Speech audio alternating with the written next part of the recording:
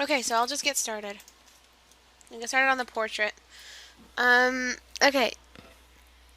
I want you to... Eerie.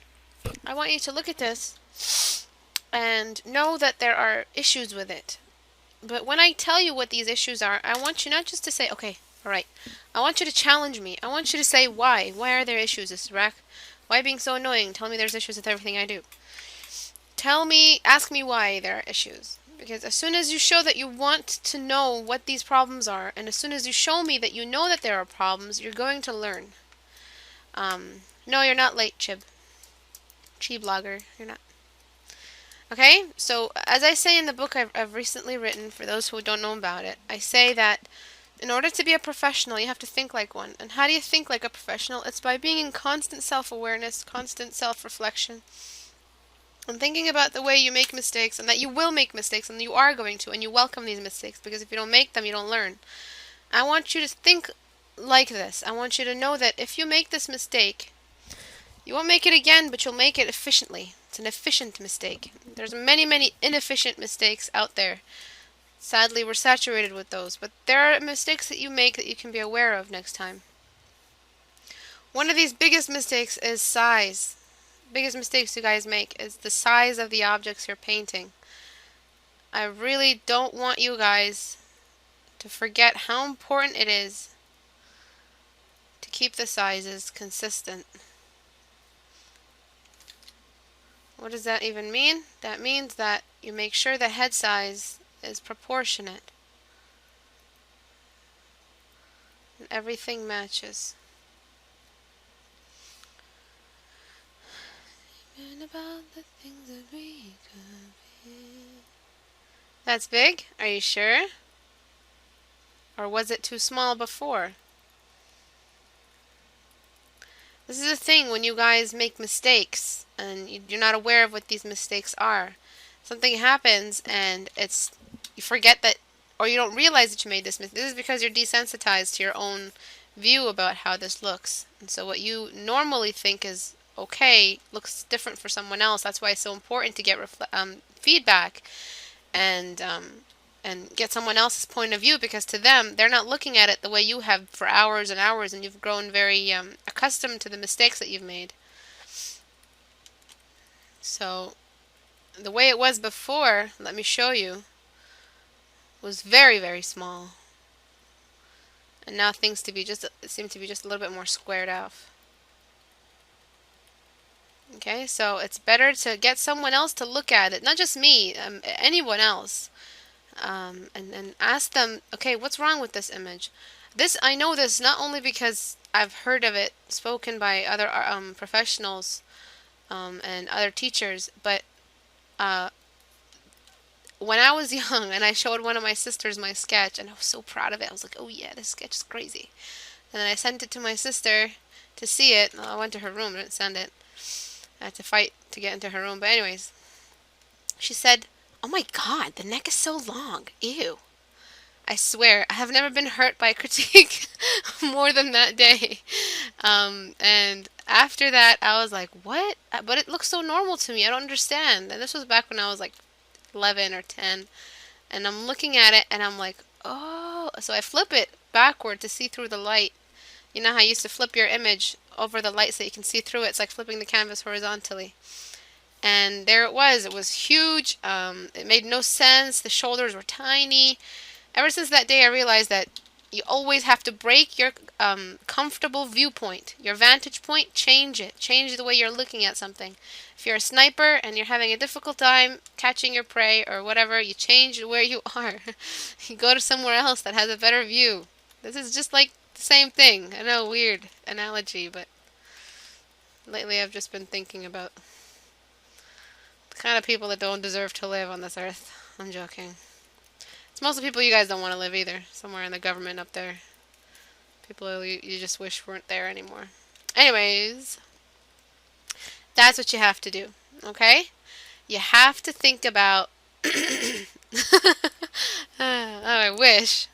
You have to think about the way your perspective is making you make mistakes that you could otherwise not make.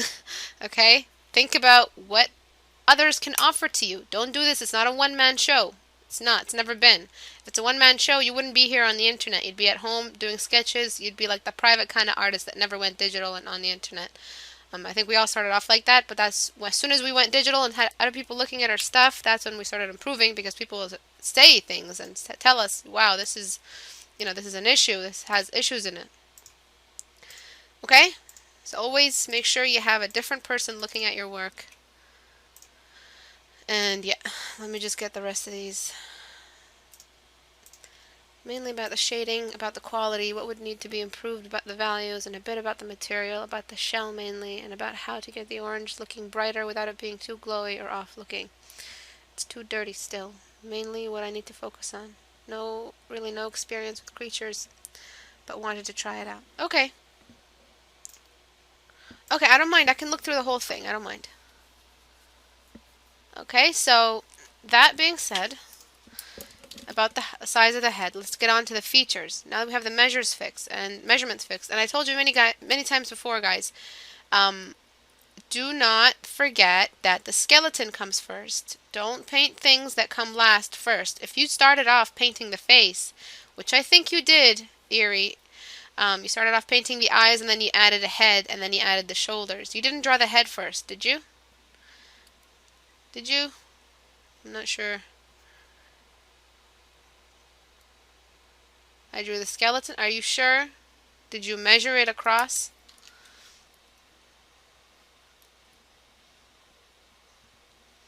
Well, just like I sent it to you, yes, I don't know who I sent it to. The mean, or the golden ratio. The length of this should be 2 across here. Side by side, I mean. 1, 2. It should be double. It shouldn't be triple. Yours was about triple all the way to 4. The head was that small. 4 heads, I think, could fit in here. In the shoulder length. It should be only 2. If you did the skeletal measurements, this wouldn't have happened. My bad, though. Maybe I didn't tell you about those. Maybe you weren't in the class where I was talking about the measurements and how to keep the head looking squared off. But now that you know it, there's the issue, and you've realized the issue by someone else's guidance. Okay, so that's the learning process. Now that we have that fixed up, let's go into the colors. In the 14-day challenge, I tell you guys to keep the lighting coming from one perspective, this way. So all these areas here should be exposed to the light. I swear this 14-day challenge is like a miracle. It really makes you guys improve at such a rapid rate. And I'm sorry if my availability is limited nowadays, but I'm trying my best to get back on the ball. Proverbial. I don't know, I've never taken that word very seriously. But get back on the ball and help you guys through your 14-day challenges. But, yes, on the ball. The construction ball, yes. Back on the nest. Find your enemies. Anyways. These lights here. These are the lights that are directly exposed to the light source that we see. Other measurement issues. Did I send you this painting, this picture? Did I send it to you, Eerie? Or did I send it to someone else? What 14-day challenge? The 14-day challenge is a consecutive 14 days of painting one face, and you have to make sure you have a person to look at your work, not a reference. You can have a reference if you want. It's not that strict a rule, but you can. Though I prefer you don't, because I want you to discover your own experience with the face. But you have to make sure someone critiques you every single day. Do it for 14 days. You have to start a new one every single day, no corrections or redoing the same one. And you send the last one and the first one to me, and we look at the progress. We look at the huge difference, and there's always a huge difference, always. And I did a showcase on it on my DeviantArt for you guys. Okay, so I want you to look at these measurements here. Do you see how the nose fits inside the eyes? The nose here doesn't really fit inside. It's kind of a little bit thinner. We want the nostrils to be somewhere in between this area here. This may look very, very big to you. The nose may look very, very, very, very, very, very big compared to the way that head looked big. But that's, again, because of your desensitized perspective on the whole image. You need to have someone else look at it and tell you, okay, there's issues here. I'm going to soften these light areas you have here. They're making her look very, very tired and very, very old. They start to look like wrinkles instead of shades and form and highs and lows and contours. The eyebrows you paint are a little bit close together. Try to separate them a little bit. Thicken them up as well. Thicker eyebrows, I did a whole thing about it, and Niall, if you guys talk to Niall, he'll tell you exactly what I think about thick eyebrows, or Pedro as well. And the thicker the eyebrow, the more form you have. You can paint a thin eyebrow. I mean, thin eyebrows exist, but they're not necessarily the most beautiful. And if you follow, trends, you realize that thick eyebrow has come back because it's really very expressive and it fills the face. It acts as a beautiful frame. And eyebrows frame the face as much as the head does and the ears do. So adding a thicker eyebrow, and I really want you to take this to heart, Erie. They grow close together. Is that what you intentionally want? Let's say for the sake of the 14-day challenge, don't use those tendencies of yours for your personal art or personal style. I know I don't want to cripple it. Your personal style, make it thrive. Don't cripple it down into something very basic, but follow some of the rules so that you merge the rules as well as use your style. And it's always the best thing to find the middle ground between your personal style and realism. It's always the best thing to do. And usually the artists that have done that are the most popular nowadays. And people really like their work because it's believable because of the realism, but it's also interesting and unique because of their style. Okay? Your eyebrows grow close together?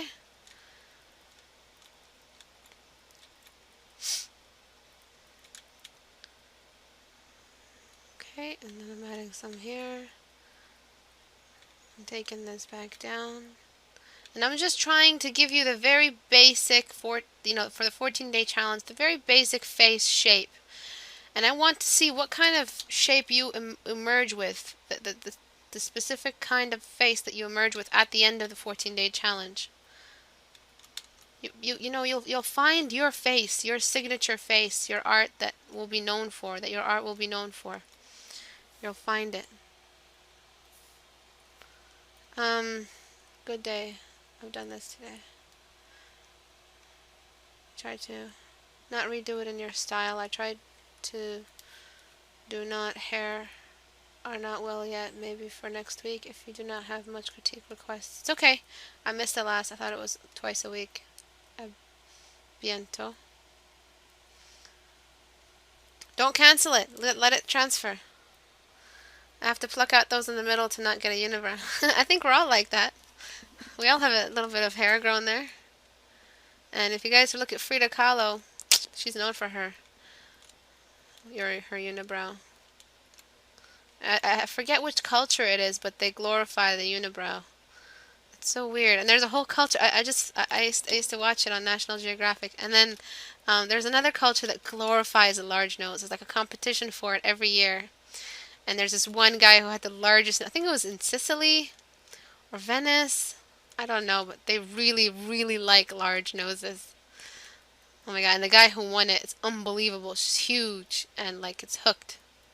And it's beautiful in its own right, everything has a beautiful uniqueness to it. Okay, so you see how if I make these lips realistic, they have sort of a perkiness to them? This is because of the way you form the lips to begin with. So yeah, bug Niall, and tell him I said that. He's probably going to hate me. But yeah, bug Niall, because this guy has experience with the 14-day challenge, and he'll really help you through it if you guys have some issues. He doesn't mind painting over, and he did take over for me when I got married, the week that I got married. He did take over, and he was streaming for you guys. So he has experience with giving you those. Don't take too much of his time. So you might not be ready for all those people coming in. Do you see how she looks like she's good? She's like sucking on a lemon or saying ooh. In order to remove that tenseness, Just going to add the corners here and here.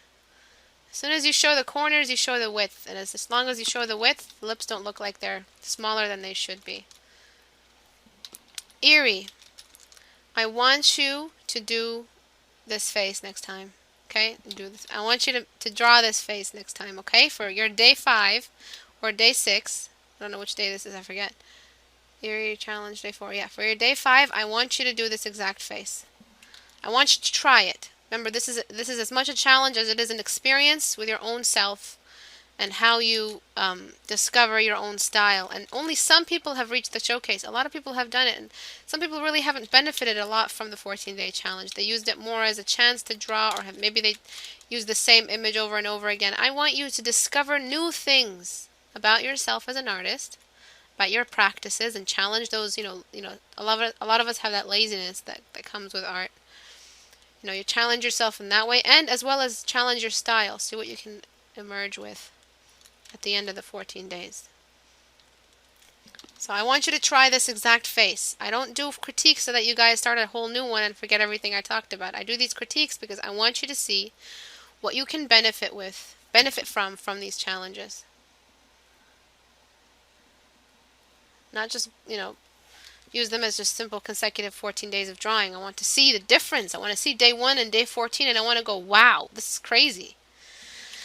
Before, the head was too small, the eyes were too shocked, they weren't closed off as they should be, the lip was too wide off to the side. And this is a very unique style. It comes in a lot of classical styles that I've seen. But as I'm taking you all very seriously, in my perspective, all of you want to get hired. Am I wrong? Do all of you want to get hired by Blizzard or do a Magic the Gathering card and have it celebrated? Do you guys want this? This is my default view of you guys. You're here because you want to get hired. You're here because you want to make bucks like everyone else does and deserve your own perspective. And deserve your own theory on life and really just glorify yourself. I don't know if you guys understand what I mean, but deserve to be recognized for your own experiences. If you don't improve, you won't achieve that. And the way to think like the way to be a professional is to start thinking like a professional. If you don't think like that, what happens is you become very inert. You improve very slowly. A picture from a year ago to today, there's no difference in between them. There should be a huge difference between a picture last year and a picture this year. I know that all the students that started with me last year, all the way from Michael to Mattia to Shadow to I remember what Shadow came in. That was such a happy day. To all the other people that have been part of our group and have been coming ever since last October. I am looking at their day 1, the pictures they sent me all the way from back then, and I'm looking at what they're doing now. They're hired. These guys are getting paid. I know Michael is. I know Mattia's on his way to get hired. These guys are improving because they applied their work. They applied it. They did it. And that's it. I want you to do it. So, Eerie, this is your before and this is your after. I want you to achieve that level. And this is just my style. This is how I do it. But I am showing you why this style of mine looks like this, and that's because of the form that I think about. Okay? There's form to be considered. And if you don't consider this form, you'll get with a very inert style that will only impress a certain degree of people. You want to impress a lot of people. I know some of you don't accept that yet. I know some of you are in a state where they say, I don't give a crap about what other people think about my art. But you will. As soon as you start realizing art is the only thing you ever want to do. I know one of my students here was a pharmacist student, and he graduated in pharmacy, and he just gave up. He's like, I want to be an artist. Screw pharmacy. That's a big choice to make. And when you guys realize you're making that choice, there's no other thing you can possibly do other than draw. You're going to have to get enough money from it in order to survive and not be homeless. This is very serious. You guys are here because you want to be part of the percentage of artists that get paid. If you do want to be that level of art, apply yourselves. Apply yourselves. Give your work up for critique all the time, and you will only improve. Make sure there's a difference between day 1 and day 365. Okay? I'm going to send this back to you, and I'm challenging you here. This isn't a comfortable practice session. This is a challenge. I want your day 5, this is a day 4. I want your day 5 to look like this. Okay? It's not going to look like this, I know. But there will be a hint of your style and a hint of the form and realism and the measurements that represent that realism. Okay?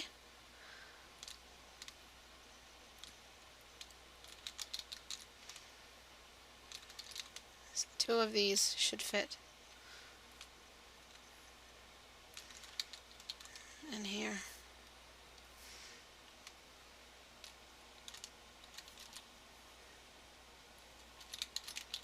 Let's see. Yeah, it's a bit too wide.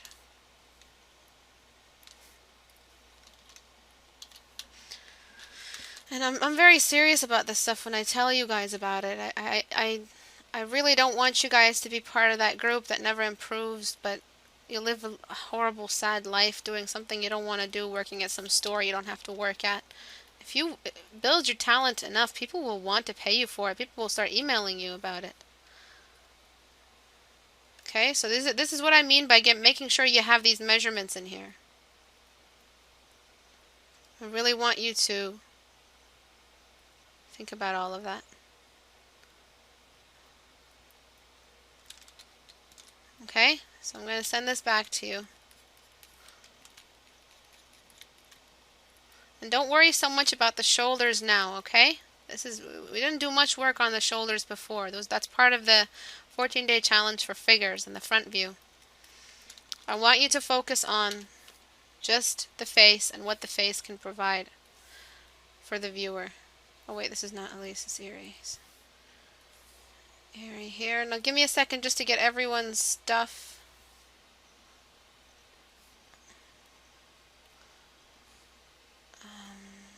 Before and after. This is from Mark's critique. Running snail. So these are just in the way. So you want me to critique this? Okay. Actually, what am I doing? Let me jump into this one here. So, where's the 14-day figure challenge? It's pretty much self-explanatory. I signed it maybe in the summer.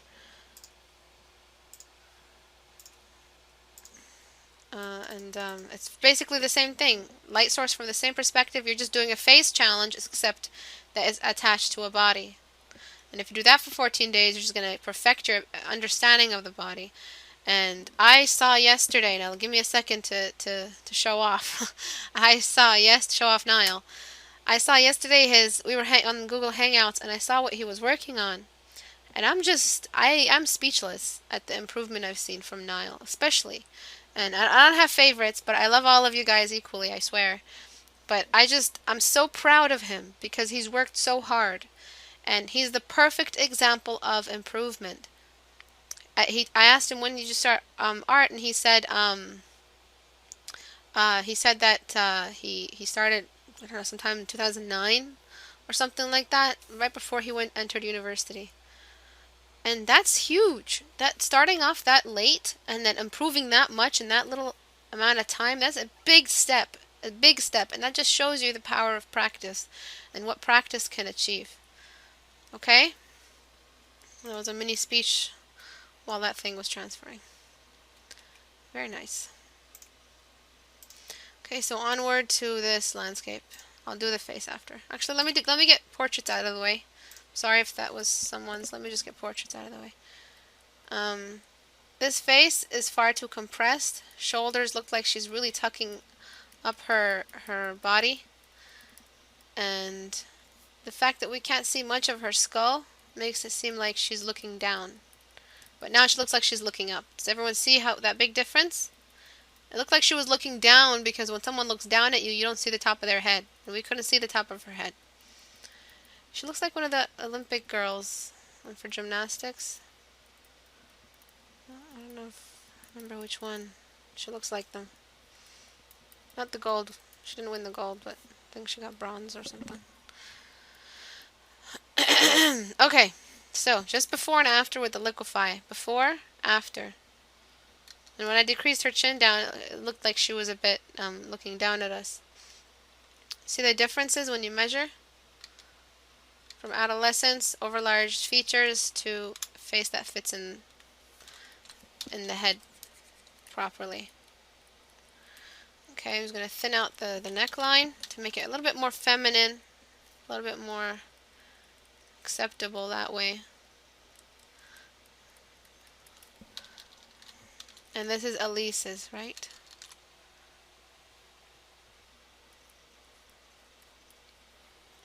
Yes.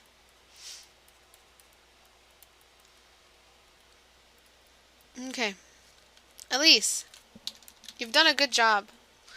I like the way you've placed the lights. I like the way you've listened to the corner rule.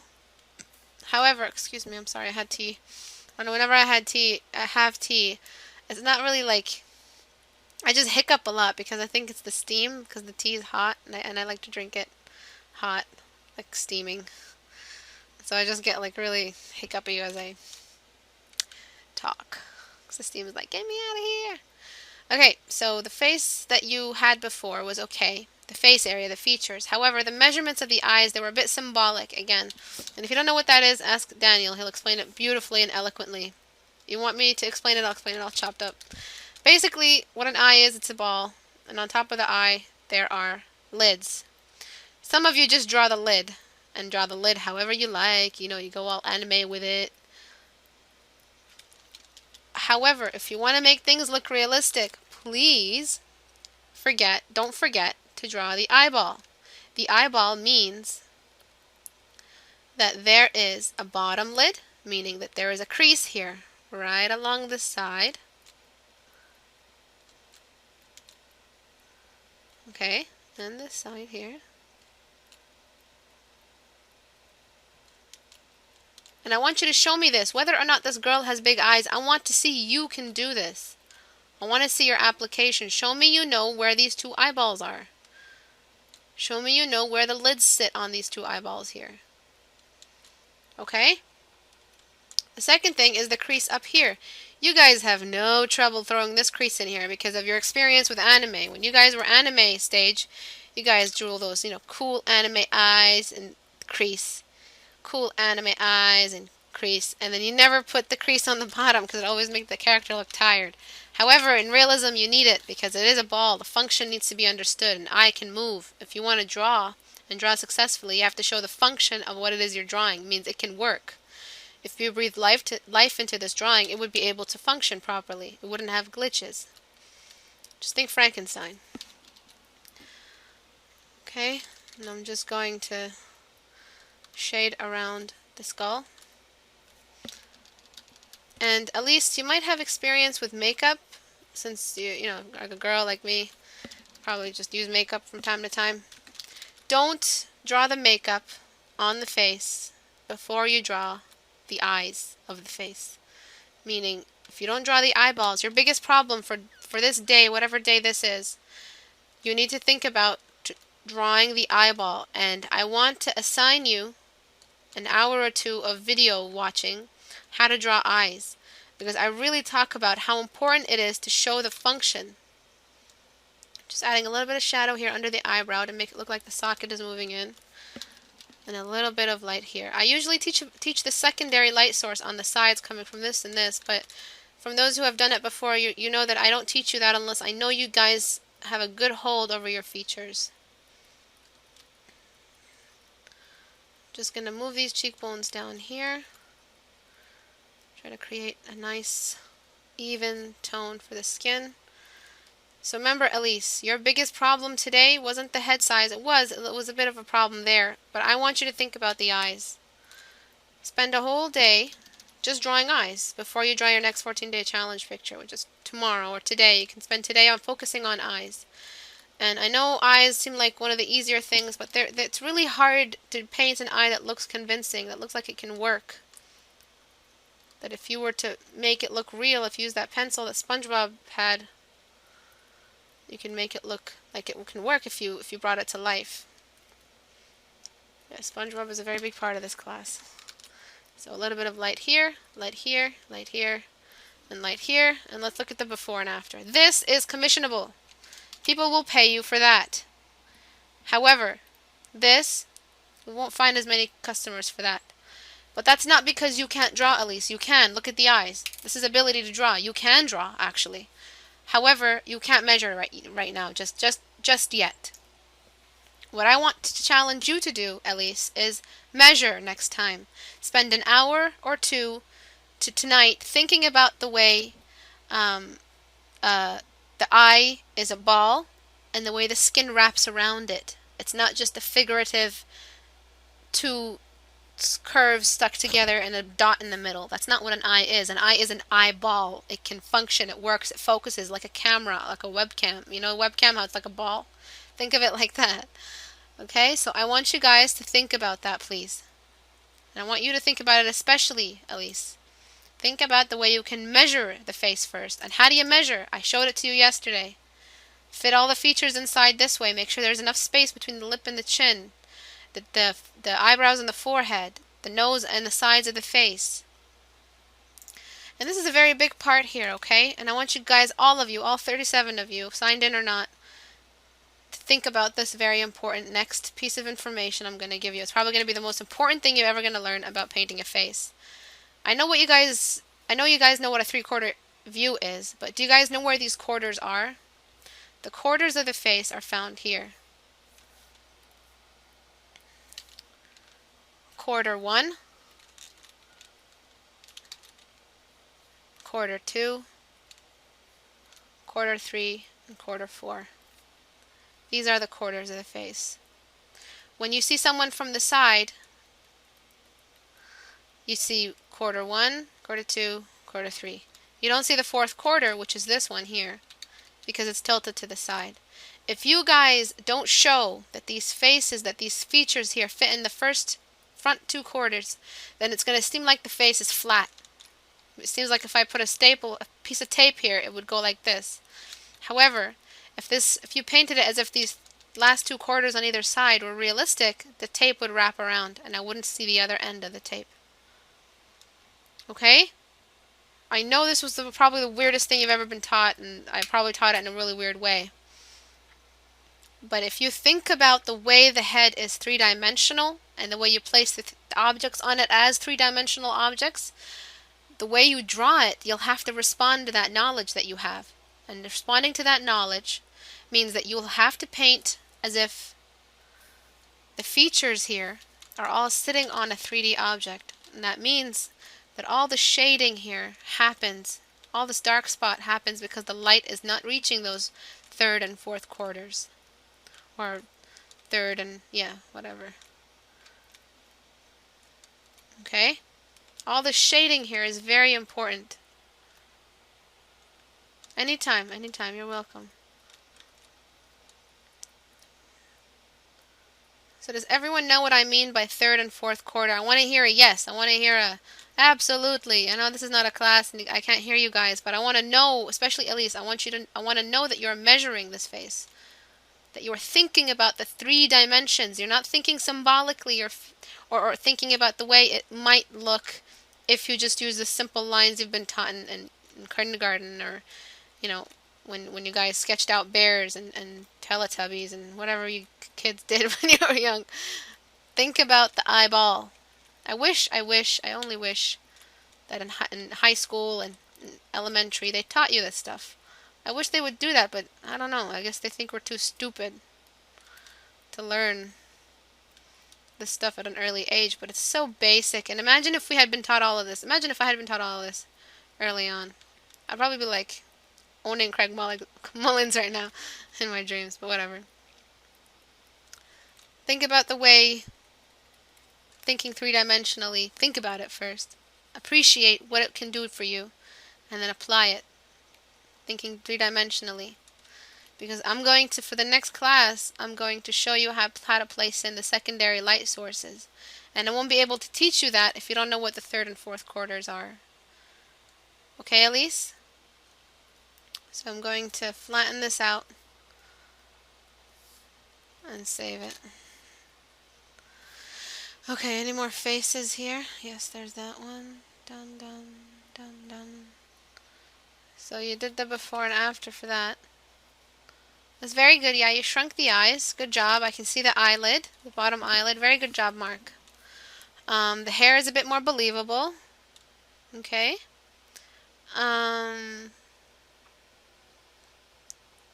One thing I could suggest was about the colors. Desaturate them just a touch. -11. I don't know if you can see it, but she looked very orange, like she had tanned too much. You know when one of those girls tan too much and they look orange? Here is before when she looked really orange, and I desaturated it just a bit, and her face looks just a touch more realistic. And this really does look like the model. I did look at it, and it does very much look like the model. And that's it. You've done it. And I love this. I love how he sent it back to me and showed me. A lot of you don't show me what you do to your drawings after I critique them. I want to know. I'm curious. I want to know. Very good job, Mark. Okay, so this one. So in this picture, she is looking this way. I want to know that you know that. I'm just going to ask you. Probably do know that. But I want to know that you know that she's looking not forward, but this way. You know this, right? Right, Mark? Just to make sure. 'Cause I don't want to go fixing it. I want to keep her looking in the way you intended. Just going to wait for his answer. Yes? Okay, good. Alright. So one of the main issues is her skeletal structure. It's very, very defined. And again, I don't know if this is how the model looks like. Everyone's face is different in real life. But defined meaning there seems to be a certain masculinity to her face that could be avoided. I don't know if you guys noticed, but with guys, there seems to be, especially with like guys that have a chiseled jaw, there seems to be like a very, very defined light that reaches here, meaning that the jaws stick out so much they catch the light the way the cheekbones do. Okay, so it's like a second cheekbone down here. However, with girls, that's always very, very soft. It's always very soft, even in the most masculine structures that girls come in. It's just our genetics, I guess. I don't know. There is a very subtle difference here, and if you just get a hold over that, not model, just sketch, okay. If you want to make her look a tiny bit more feminine, make sure that that contouring on the side doesn't have that reinforced jaw light, similar to the one on the cheek. Make sure it's soft. And I have always told you guys, guys' jawbones seem to be a little bit lower than girls' jawbones. Cheekbones. They're a little bit closer to the eye for girls and a little bit less close for guys. And I'm just painting in. I'm sure you saw the 3/4, 4/4 thing, Mark. I'm just going to add in shadows on the 3rd and 4th quarters here.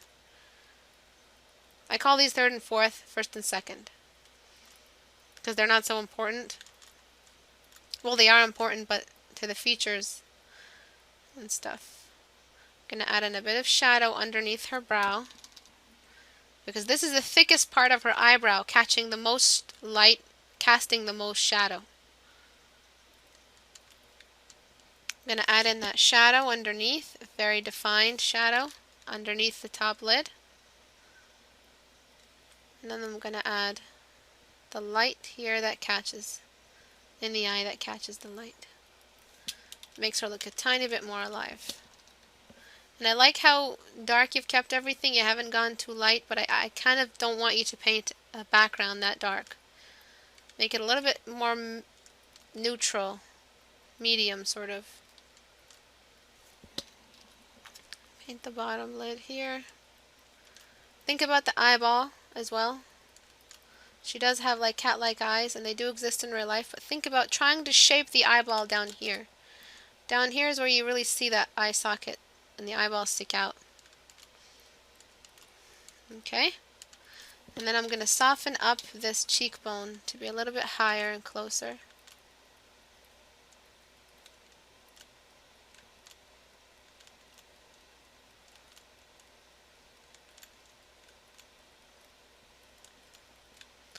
And I'm going to throw a little bit of light here and there. And then, sorry about that. And then, I'm just going to get my soft brush. Soften up a little bit more. Connect the cheek and the lips together. And create one beautiful movement downward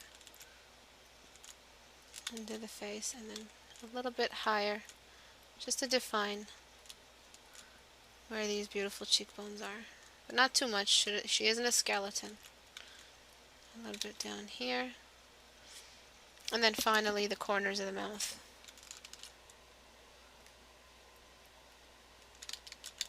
Oops. Soften up the corners of the lips here and there.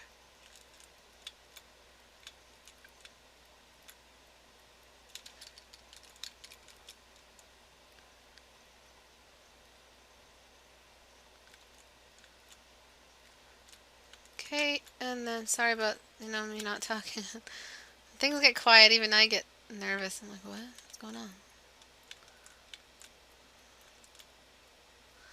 Okay, and I'm just gonna soften this up, make sure the transition makes sense, and I always say make sure that you make it seem like the skin is a transparent film on top of these features, and it's softening these features up as they lay it beneath the skin. A little bit of light here, and then finally I'm going to get a little bit of color. She looks like the actress for Jean Grey, from X-Men and the new sucky Wolverine movie. That made absolutely no sense. Hollywood needs a good kick in the pants. Subdermal light scattering. Yes. That's the word, or the term. Okay, and a little bit of light beneath, just there and there. Lazy AD, you're a lazy dude, right? Lazier than you. Where you been?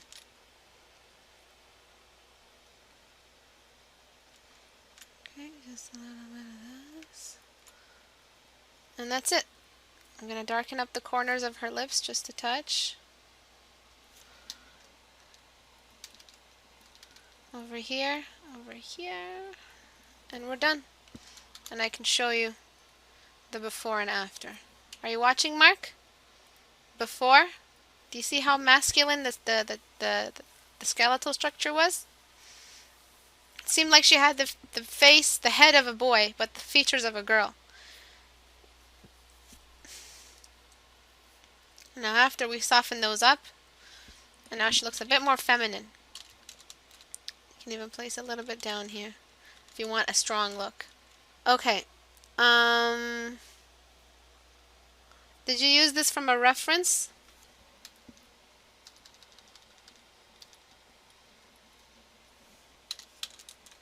Is this from a reference? I don't know whose this is.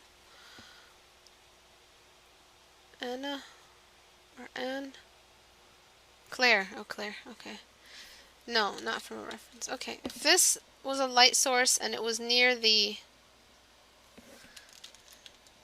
skin, there would be see-through skin, but it would be more intense. It would just be very, very bright. The hand would be almost on fire. And I'm sure this guy has an immunity to fire. So you want to show that his hand is sourcing the light source more convincingly.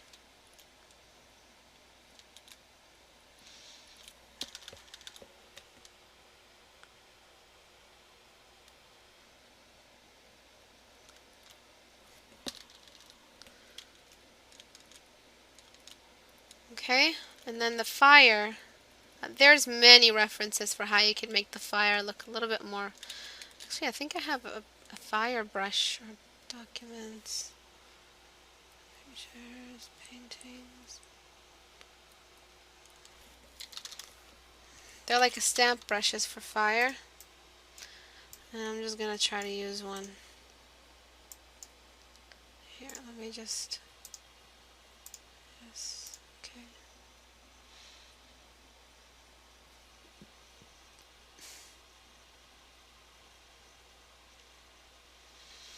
Oh, come on, Photoshop.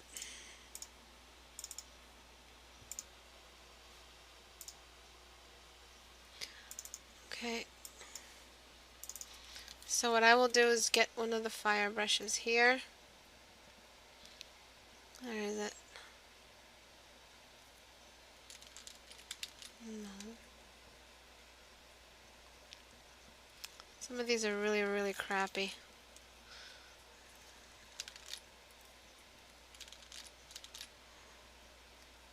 There was one really good one. I don't know if it was from this set, but it was like a very nice candle.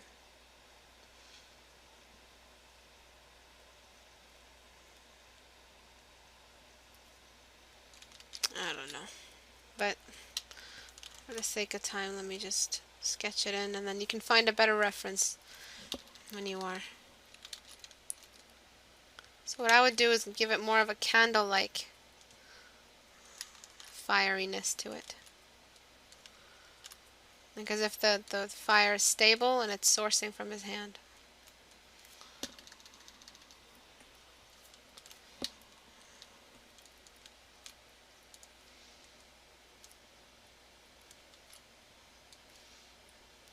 Sponge, saturate.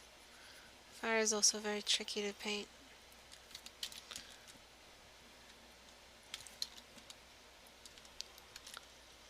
There's always smoke coming out of fire.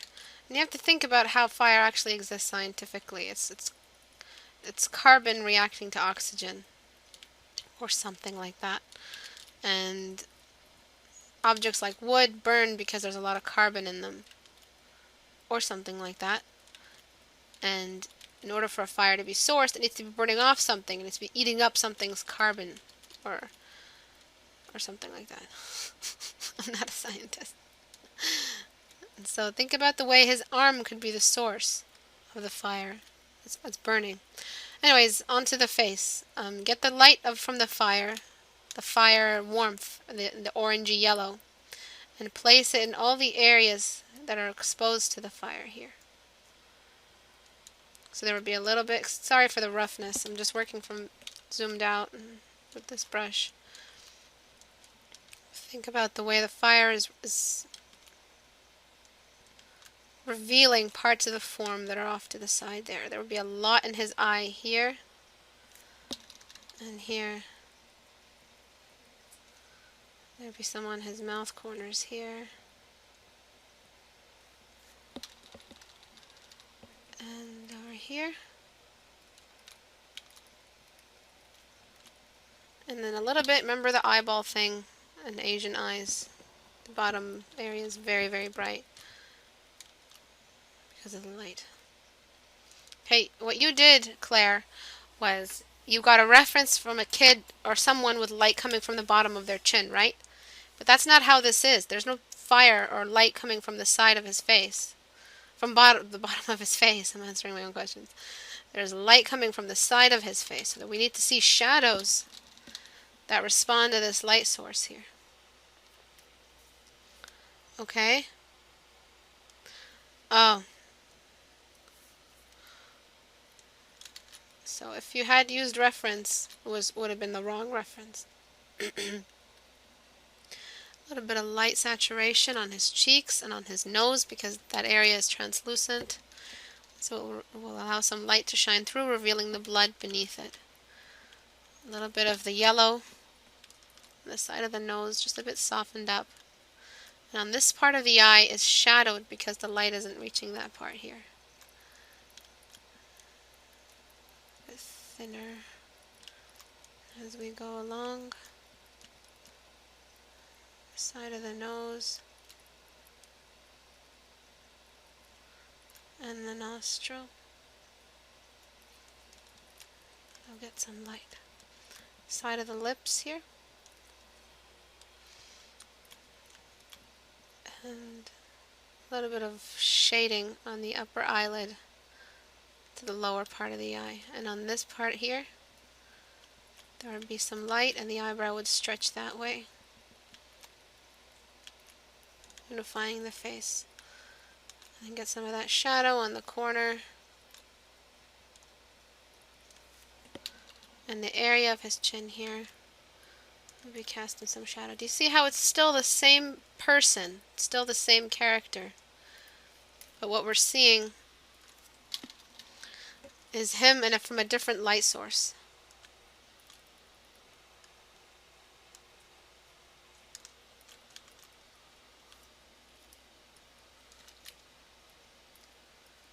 Scythius, you can keep, you can add our Skype, my Skype, and then you can show this people on the group, because I know a lot of them want to see your work.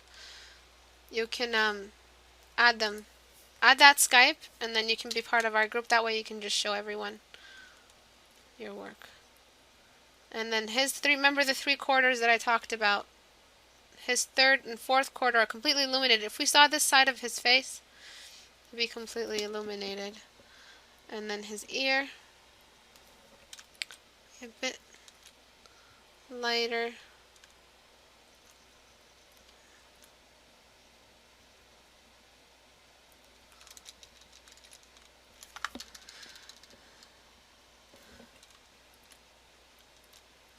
And I think that's pretty much it, other than rendering, but I don't have time to render the whole thing. Remember the basics of the face, the corners of the lips. Make sure you always have those. The nostril.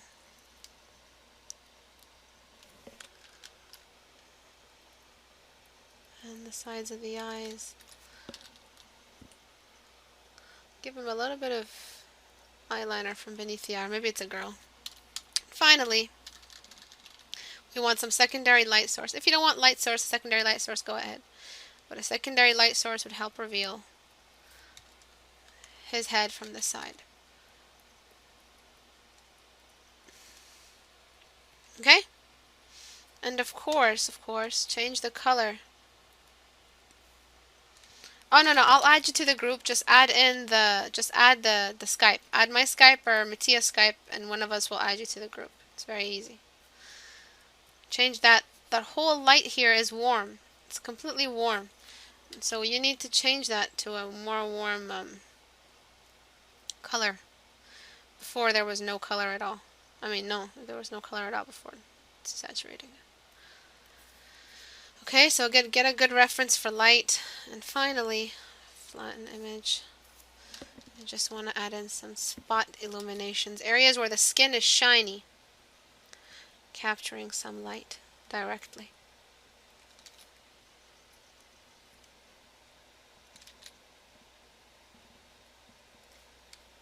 Okay, so do you see how now the light looks like it's from the side instead of from underneath where it was before? There was only one side of his face that seemed like the fire was touching, but now it's more dramatic and more realistic. I'm just going to add a bit of a shadow on his nose.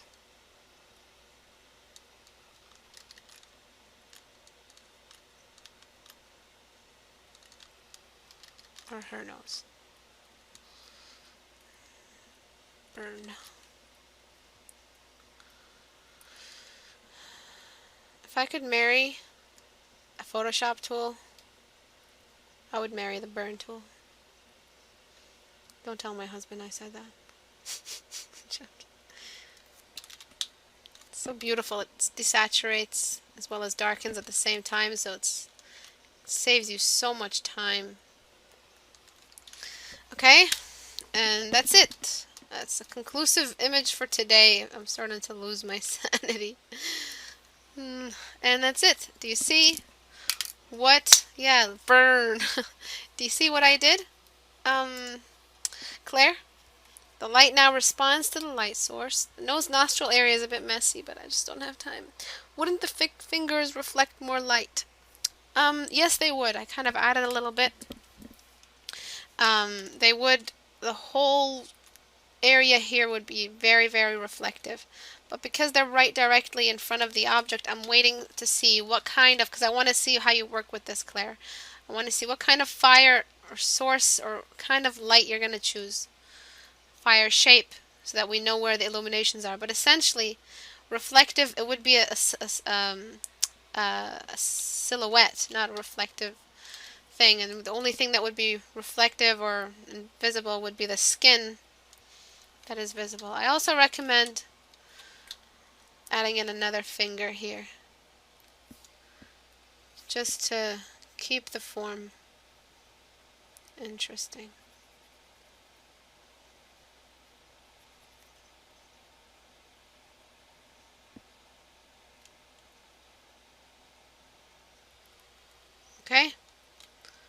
And then of course apply the same illuminations on the corners here.